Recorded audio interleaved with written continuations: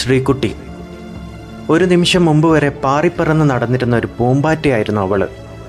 പക്ഷെ ഒരു മദ്യപാനിയുടെ ക്രൂരതയിൽ വേഗതയുള്ള ഒരു ട്രെയിനിൽ നിന്നും അവൾ പുറത്തേക്ക് തെറിച്ചു വീണു.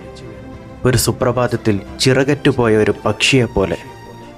ഇന്നവൾ തളർന്ന് തൻ്റെ കിടക്കയിൽ ഒതുങ്ങിക്കൂടുകയാണ്. അവൾക്ക് മോഹങ്ങളുണ്ട്, നിങ്ങളെയും എന്നെയും പോലെ ഒന്ന് നടക്കാൻ, കൈകൾ ചലിപ്പിക്കാൻ, ലോകത്തെ നോക്കി ഒന്ന് ചിരിക്കാൻ. പക്ഷെ വിറക്കുന്ന വിരലുകളോടും തളർന്ന ശരീരത്തോടും ഓരോ ദിവസവും അവൾ പൊരുതുകയാണ്. കണ്ണീരോടെ അല്ലാതെ ആർക്കും കേട്ടു തീർക്കാനാവില്ല ആ വാക്കുകൾ. ശാരീരികമായ തളർച്ചയേക്കാൾ അവളെ വേദനിപ്പിക്കുന്നത് എന്താണെന്നറിയോ?